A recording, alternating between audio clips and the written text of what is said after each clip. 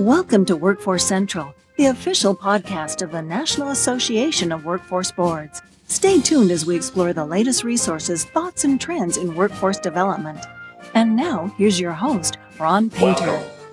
You are listening to Workforce Central, the official podcast of the National Association of Workforce Boards from Washington, D.C. I'm your host, Ron Painter, and today I am on the campus of Drexel University in Philadelphia, and it's a pleasure for me to welcome Dr. Paul Harrington, who is a labor economist here at the Center for Labor Market and Policy at Drexel. Paul, welcome. My pleasure to be here. We've known each other a while, so I'm just going to ask you something I probably should know and don't. How did you get interested in labor market analytics as an economist? Well, when I was a kid, this goes back a long time. I was a student of Andy Sums, and he was a great professor. And so over as an undergraduate, I kind of shifted my major into economics and got involved in the labor side of thing. And then after I graduated, went to work at the Bureau of Labor Statistics and sort of served an apprenticeship there. Then came back up to Boston with Andy and started the Center for Labor Market Studies back in 1980. And then went back to school and sort of went on from there, yeah. Andy was the focus of his research is part of what we want to talk about today, right? You've continued to look at youth as a major issue. Yep. I know one of the other issues you look at, and it got some, we're recording this the day after the first Republican debate, so I know it got some play last night, lots of attention. One of the issues you look at is immigration. Mm-hmm. Let me ask you, how do you see immigration? How do you focus on immigration? What's the lens you look at it through? So the way I try and pay attention to immigration is its impact on employment and earnings. What's it mean for both people who come to the United States, but also what it means for domestic workers. And so it's a pretty complicated story, as you can imagine. The overall problem for the United States, as I see it, is our immigration policy is not very connected to the labor market at all. And so as a result, it has a pretty distorting effect on labor supply and demand conditions in the country. But I think there's some common sense ways to fix this, so we can have a productive immigration system that doesn't have the distorting effect on the job market that it seems to have now. I was going to ask you, since you said you don't think it makes much sense from a labor market standpoint, what do you think does make sense? Now, this is something you've written about. Right. So we've written a lot about this. We just finished this series of papers for the U.S. Department of Education about people who earn undergraduate degrees overseas and come to the United States. And one of the things we find is that way of bringing in immigrants is not very effective. That the majority of those immigrants that come in with a degree from a foreign college who come to the United States don't ever get access to a college labor market job. They get relegated to much lower end jobs. On the other hand, we find that foreign kids who come to American universities and get American degrees do extraordinarily well in the labor market. So that tells you something about what the right pathway is for immigrants into a labor market segment where there's, much more demand than in other segments of the labor market where we're actually bringing a lot of immigrants. Is that because we assume American higher ed is somehow the gold standard, or is it the gold standard of the world for education? I don't know if it's a gold standard of the world, but remember, labor markets are social institutions. So when I hire an undergraduate from Temple University in engineering, or Drexel, or George Mason, or University of Southern California, I know what I'm buying because I've had experience with that, sort of a civil engineer from each one of those schools. So I have a pretty good idea of what I'm buying. When I bring a kid up who went to the university and studied engineering in Sao Paulo, Brazil, I have no idea what I'm buying. And so as a result, employers just tend to shy away from those individuals. And there's no real way to certify the knowledge that those individuals have. We don't know what they know when they come to the United States. There's some efforts to try and figure that out, but they've mostly failed. And the final part of that is that, firms they work really hard at building these institutional sources of labor supply. You just don't even see this at the college level. You see this in some of the one-stop career centers where firms are kind of regular customers. They trust that place. So, the labor market has these kind of social elements to it built on trust and relationship over a long period of time so that it puts people that are kind of outside that network at a much greater disadvantage. So from the skill standpoint, you're saying immigrants there's some bias to begin with because we're not sure what Don't know what you're buying. We don't know what we're buying. Right. So what we started talking about. So what makes sense in terms of? So I think an immigration system that's more closely tied to the labor market. To me, having a system where if a youngster comes to the United States, enters American higher education, earns a degree, a 2-year or 4-year degree, keeps their nose clean for the next 3 or 4 years after graduation through work experience, I think this person should get a green card. These are the people, this is where the labor demand is in the country. About 2/3 of our net job growth is in the college labor market. These are the better paying jobs. These are the jobs that are going to raise productivity, output, and income. These are the people that form solid social institutions, that build social structures. This is a great way for America to grow.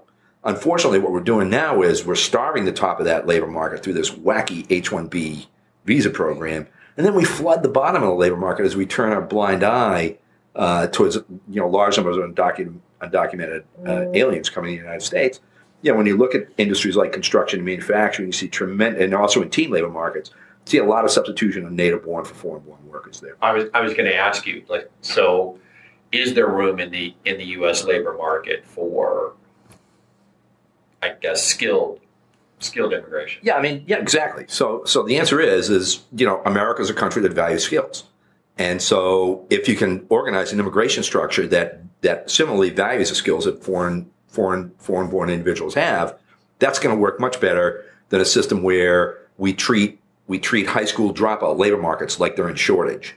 We don't have enough high school dropouts. Let's go to Guatemala and get some more. Which is kind of what we're doing. There is somehow dropouts are not equal. Is that? Yeah.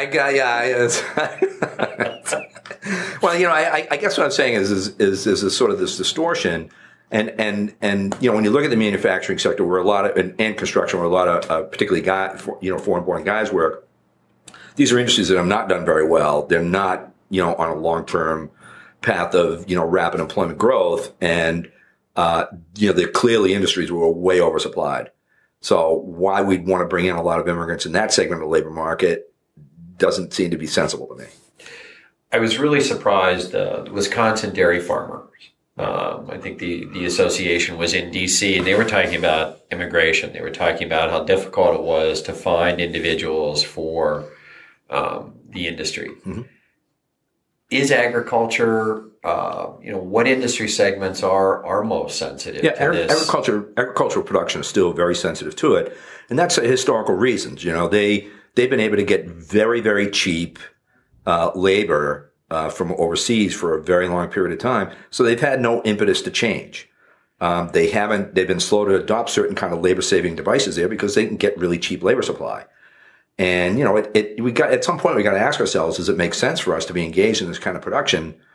Are there better ways to do this than, bringing in these temporary kind of workers and sometimes not very good working conditions, to engage in those kind of production activities? I think that I can see a role for a temporary immigrant, kind of program, but I think there needs to be some pretty strong labor standards that I'm not always sure are enforced right now in that area. Let me ask you, when you look at the jobs report, mm-hmm. We just not too long ago had the employment report of the jobs growth report come out this morning as we're recording this.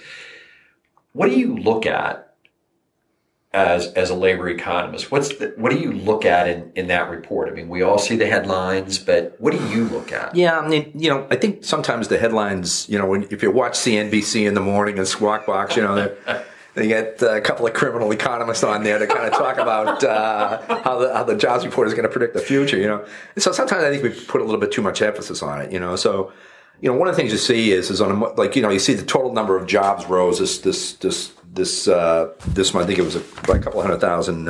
It was 215,000 jobs, and and now there's speculation. Should it have been 225? And when you understand labor statistics, this is rounding error. And these data will be revised pretty substantially over the next couple of months.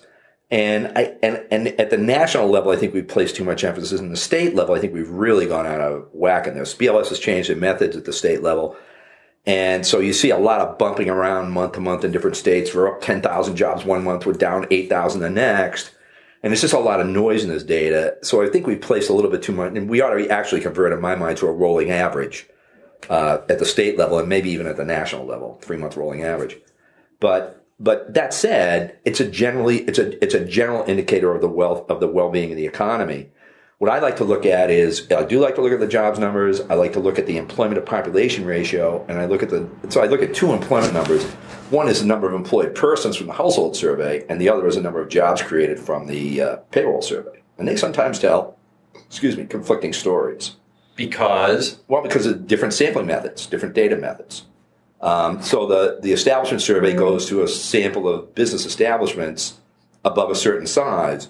Below that size level, they actually use a regression model to estimate the employment developments there. So you can imagine how that works. And well, it's kind of, it's kind of, okay, I guess it's the best we can do, but is it any good is a whole other question, right? And so what happens is, and then that's why at the end of the year we benchmark it to a complete count of data. It comes from the unemployment insurance wage records, and those revisions at the state and federal level can be quite large. So we think we know something in January, and then we find out the following March, well, it's really different, So it's good to kind of look at a lot of different numbers, the employment, the household numbers, the establishment numbers, and kind of say, are we getting a consistent story? And so the story you want to see is if it's a condition of economic growth, is the size of the labor force growing? Are more people coming in? Is that because they're looking for jobs or they're actually getting jobs? Is that job growth we're seeing on the household side, number of people employed, consistent with the number of people who are getting jobs? And then does that tie in with the job vacancy numbers we're seeing from the JOLT survey? And is that, when you're talking about the size of the labor force, you're talking about labor force participation rates, right. And then you also mentioned population to employment ratio. Mm-hmm. Can you? Yeah, that's a really good measure when you're thinking, especially about different population groups, especially kids. When I take a look at teen labor markets, I don't really pay much attention to the unemployment rate for kids, because kids their attachment to the labor force can get it's weaker in the sense that if a kid goes on a job search, they don't do well, they quit looking pretty quickly. So the question I want to answer is, what fraction of kids have a job? So if we go back 15 years, the end of the 1990s, about half of all kids in the United States worked at any point in time. By 2010, 11, 12, we're down to a quarter. Kids just really got shut out of that job market.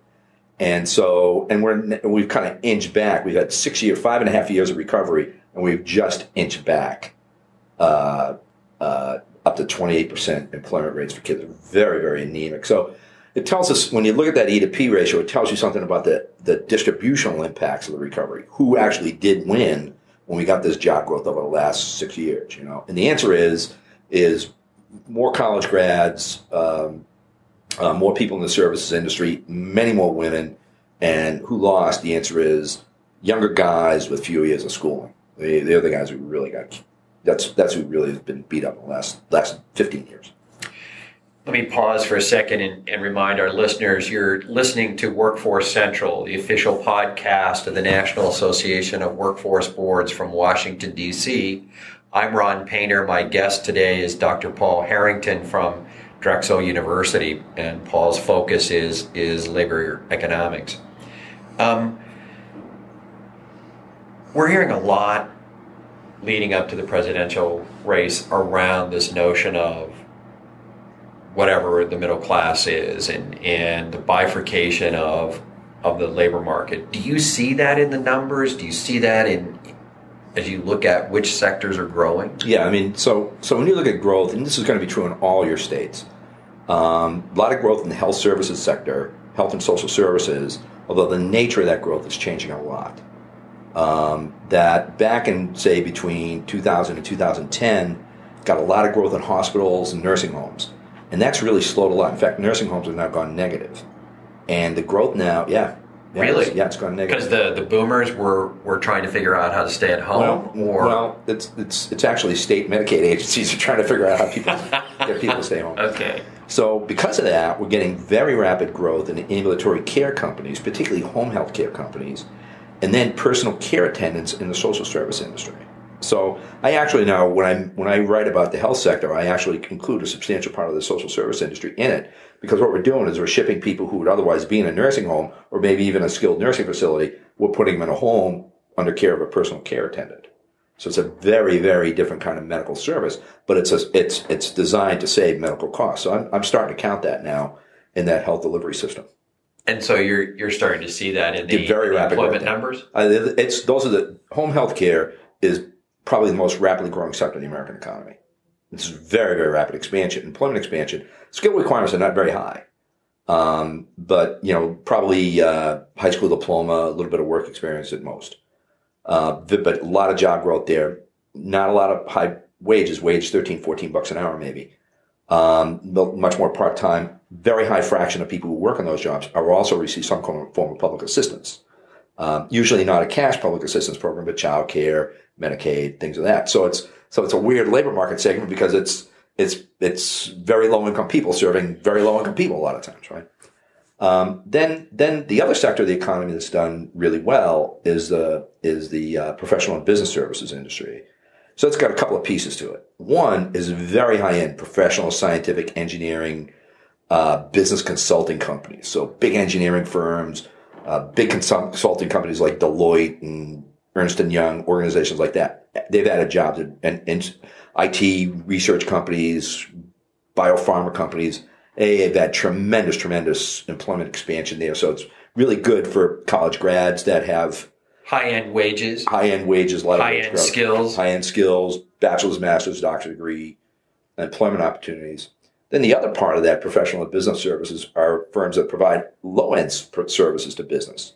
Okay, janitorial services, temporary help, employment services, things like that.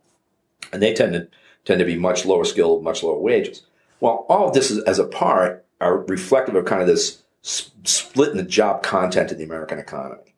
If you went back and you said, where was the black middle class built in the post-World War II period? It was built in steel, autos, rubber, right? Which was located mostly in urban areas. Pittsburgh, Chicago. Yeah, right. My hometown, you could walk down the hill, Philly, and go to work in the middle. Exactly right. And it's those jobs that I wrote a paper for Sally Glickman in Philadelphia, a number of years back in 2005. And what we found was if you're a high school dropout in Philly, a guy, your expected lifetime earnings in 2005, if you were a high school dropout in 1980, was $1 million. By 2005, you're a high school dropout in Philly, male, your expected lifetime earnings were about $450,000. Wow. More than half, yeah. So what happened was Philadelphia used to be this big, muscular manufacturing city that's gone away. And, of course, as that's disappeared, idleness among young guys has really reached epidemic proportions. You go to places like Chicago, places like Philly, you take guys 20 to 24, 25% of them will be not in work, not in school, not in the military. Well, there's a connection here. Do you see, manufacturing's coming back to the U.S.? No. Put it like this. I think manufacturing sales and revenue will come back to the U.S., but I think the prospects for net job creation are not good. The pace of technological change in that industry is so dramatic. So you got to ask yourself, why is all of a sudden the United States competitive in manufacturing? Because the dollar's getting stronger. You'd expect it to do less well, okay? And the answer is because the gains to having labor-intensive manufacturing are coming to an end. And the manufacturing processes now are so technologically dominant. Look at this week's Popular Mechanics. There's a guy in there who just printed a car. He printed a complete car. Did you see it? I saw a car when I was at the Workforce Development Institute that the American Association of Community Colleges run. We saw 3D printing. It's incredible. Right. And that's just one of, that's just part of what's happening in material sciences.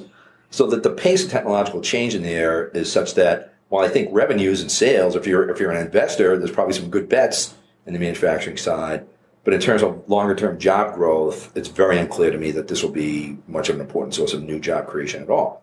That said, your guys are going to hear about labor supply problems in manufacturing, right? You got guys on your boards who are saying, I can't get machinists, I can't get welders, okay? And part of the reason why they have that is in the long term, employment for machinists and welders is going to go down, okay? But in the short term, the local machining and welding companies who have yet not made this technological switch, don't have the labor supply because their orders have surged by 40% in the last 12 months. They need to hire a lot of people, and there's nobody there because they laid all those guys off back in 2010. Right? So that supply pipeline broke. It's basically an OJT supply pipeline, right? These are really skills you learn on the job. So when the industry bounces back, it creates these instant shortages because we've broken our pipeline and we don't really have much of a mechanism to provide the OJT to get these guys, up to snuff quickly enough to produce the output. So these companies are leaving revenue on the table, fair enough. But for a young kid, the question is, should I make this bet? Is this really a career for me? And that's the problem they've got. You recently did some work in South Dakota, looking at their economy. Does this play out in terms of policy changes, or for state governments, for local governments? Well, South Dakota it was such a fascinating effort out there. The governor was starting to hear some complaints about labor supply problems, and and this is a little bit confusing because we've kind of been through this really tough economic recession and not a very good recovery. So they wanted a third party to kind of come in and take a look at what's happening in the state. And the thing to understand about South Dakota, it has one of the best labor markets in the country. People participate in the job market out there at much higher rates than in other states. When they do participate, they're much more successful. Teens do much better out there. Young adults do much better out there. So it's a very strong labor market. Even when the recession hit there, think about this. The peak unemployment rate in South Dakota when the recession hit just about got over 5%. Wow. Okay, country was 10. And that's with a much higher rate of labor force attachment. They had almost no manufacturing job loss in South Dakota during the recession. So the effects of the recession out there were really quite minimal compared to almost all the rest of the country. They did get some job loss, but not much. And things they've instituted a set of policies over a very long period of time that have caused them to remain strong and be a growing area. If you go back and you look at South Dakota, I went back in the historical data. Back in the 70s and 80s, even into the 90s, it was a state people left. It was an agriculture. People just couldn't get out of there fast enough. And then all of a sudden, you started seeing this turnaround. You start seeing this population in-migration. People start moving to South Dakota. Opportunities start growing. And don't mistake this with North Dakota. This was not an oil-led boom. Okay, South Dakota does not have oil. So what was characteristic of their policy? Well, I think what they did is they have consistently kind of had this hands-off sort of strategy. They don't have a lot of taxes out there. It's not a very heavily regulated economy, so firms can get out there and kind of have their way, for good or for bad. And then the second thing is they've actually developed a very effective education and training system. They don't have a community college system out there. They have technical colleges. Technical colleges. Right, and their technical colleges, they are terrific. I mean, they're just very closely tied into the labor market. Each one of the shops, and these are big schools, each one of the shops in these schools have an employer advisory board, donations by the employer. So they've developed this really excellent skills system. So if you're a manufacturer, you can't get that welding kit. You can't get that machinist. It's a lot more effective, much more responsive system. Community colleges, maybe struggle a little bit more. Technical colleges are much more effective. And I'll tell you, when you go ahead and you ask yourself, when you rank all the two-year public systems in the country, you say which one has the highest graduation rate, okay, by a multiple of 3, the answer is South Dakota. The average community college in the United States graduates 20% of the kids in 3 years. South Dakota, it's 60. Where can we read more about the work that you're doing? We're online. We can reach us at www.drexel/CLMP. Okay, say that one more time. Drexel/CLMP online. Okay. This is Ron Painter. You've been listening to Workforce Central podcast of the National Association of